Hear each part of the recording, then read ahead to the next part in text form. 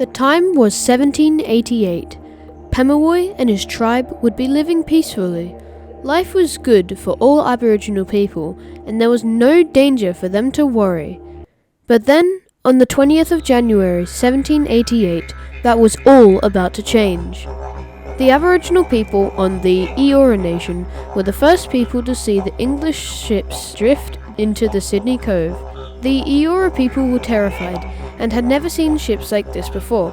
They thought that the tall, square-rigged ships must be giant birds or monsters, and that the figures climbing the masts were devils or possums.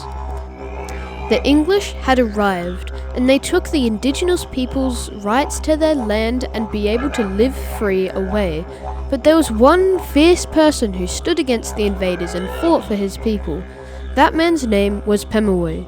He was born around 1750 in the Botany Bay area with a turned eye, and he is noted for his resistance to the European colonisation, which began with the arrival of the First Fleet. He fought hard for his country and their rights, and led a guerrilla war against the British settlement at Sydney Cove from 1788 through to 1802. He resisted the incursion of white settlers onto his people's traditional lands. When the British had guns, Pemulwuy knew he had to make things right. The most known and violent fight was the Battle of Parramatta. Pemulwuy, with about 100 Indigenous warriors, marched into Parramatta and threatened to spear anyone who tried to stop them. Soldiers opened fire, and at least 5 Indigenous men were killed, and Pemulwuy was wounded in the head and body by buckshot. His injuries disallowed him to evade the English, so he was captured and then imprisoned.